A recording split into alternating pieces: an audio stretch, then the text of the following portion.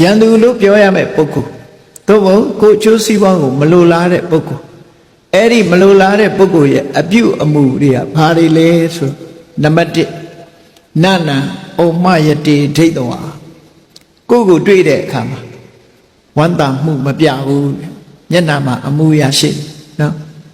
ကိုနဲ့ဆုံတဲ့အခါတိုင်းဟာသူဟာလှိုက်လဲဝမ်းသာတဲ့အနေအထားမျိုးမပြဘူးဝမ်းသာမှုမဖြစ်ဘူးသူရင်တဲ့နှလုံးထဲကကိုနဲ့တွေ့လိုက်ရင်ဝမ်းသာသွားတာမရှိဘူးမိတ်ဆွေဆိုလို့ရှိရင်တွေ့လိုက်ရင်ဝမ်းသာအာရဖြစ်တယ်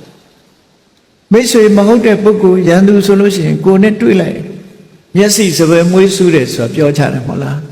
ဒီကောင်းငါမကြည့်ချင်ဘူးမျက်စိစပယ်မွေးဆူးတယ်အဲ့ဒါမျိုးနန္နဩမယတိဒိဋ္ဌဝါမြင်လိုက်လို့ရှိရင်ပြုံးတော့မပြုံးနိုင်တချို့ဒီလူတူတယောက်ကိုမြင်လိုက်ရင်မပြုံးနိုင်ဝန္တာအဲလည်းမရှိဘူး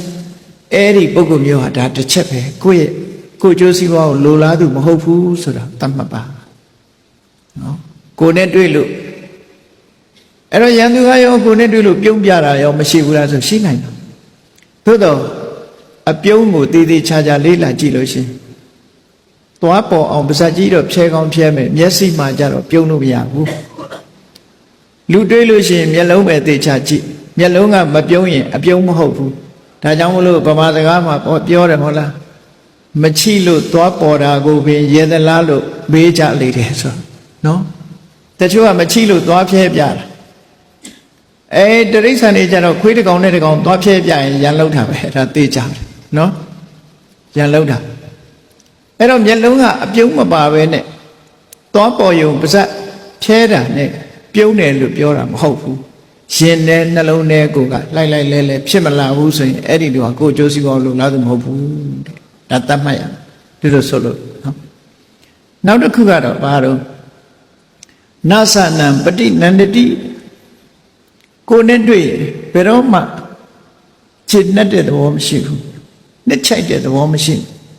မပြုံးယုံနေမဟုတ်ဘူးနှစ်ချိုက်တဲ့သဘောလည်းမပြဘူးတွေ့ချင်တယ်ဆိုတဲ့ဆန္ဒမျိုးလဲသူ့မှာရှိဖို့များတွေ့သည့်အတွက်ကြောင့်လဲသူ့စိတ်သူ့မှာအမှုရာဘာတစ်ခုမှမဖြစ်ဘူးတွေ့ချင်တဲ့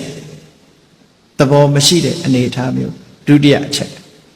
တတိယအချက်ကဘာလို့ဆိုသက္ခုနီသတ္တနာတတာတိကိုနဲ့မျက်စိချင်းဆုံပြီးတော့တောင်ဘယ်တော့မှမကြည့်ဘူးမတည့်တဲ့လူကကိုမလိုလားတဲ့ပုဂ္ဂိုလ်ဘယ်တော့မှမကြည့်ဘူးနော်မျက်စိဆုံရင်လွှဲပလိုက်တယ်မျက်စိဆုံရင်တောင်လွှဲပစ်လိုက်တယ်မျက်စိနဲ့အပြုံးမျက်လုံးနဲ့ဘယ်တော့မှမကြည့်ဘူးလောကလူတွေဆိုတာနော်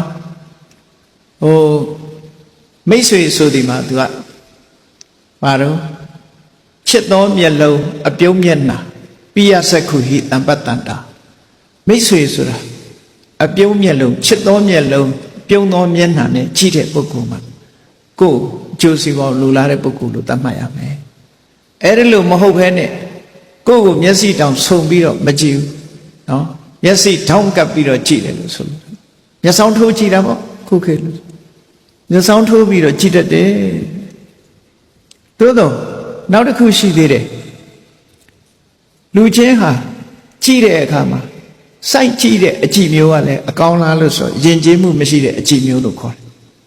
စိုက်ကြည့်တိုင်းလည်းတော့မကောင်းမျက်စိဆုံခွင့်မပေးတာကိုပြောတာနော်မျက်စိကိုထောင်းကပ်ကြည့်တဲ့အကြည့်မျိုးကိုပြောတာတဲ့မကြည့်ရဘူးလို့ဒီလိုဆိုလိုတာမဟုတ်ဘူးသို့တော့စိုက်ပြီးတော့ပြူးကြည့်ရင်လည်းမကောင်းဘူးတဲ့အဲ့ဒါအင်္ဂလိပ်လိုလည်းရှိတယ် to stare at person it is impolite to stare at person လူတယောက်ကိုစိုက်ကြည့်တာဟာမယဉ်ကျေးဘူးတဲ့ဆိုနော်စိုက်ပြီးတော့မကြည့်အောင်စိုက်ကြည့်တယ်ဆိုတာရန်သူကြည့်တာမျိုးပေါ့နော်အဲ့ဒါလို့ကြည့်တာဟာဒီယဉ်ကျေးမှုမရှိတာ it is impolite မယဉ်ကျေးဘူးလို့သူတို့ဆို to stare at the person ဒီလိုဆိုအဲ့တော့အခုဒီမှာပြောတဲ့သဘောကတော့သက္ခုနီသတ္တနာတတာတိဘယ်တော့မှတဲ့မကြည့်ဘူးမတဲ့လူဆိုတာဒီလိုပဲစောင့်ကြည့်နော်မျက်စောင်းထိုးကြည့်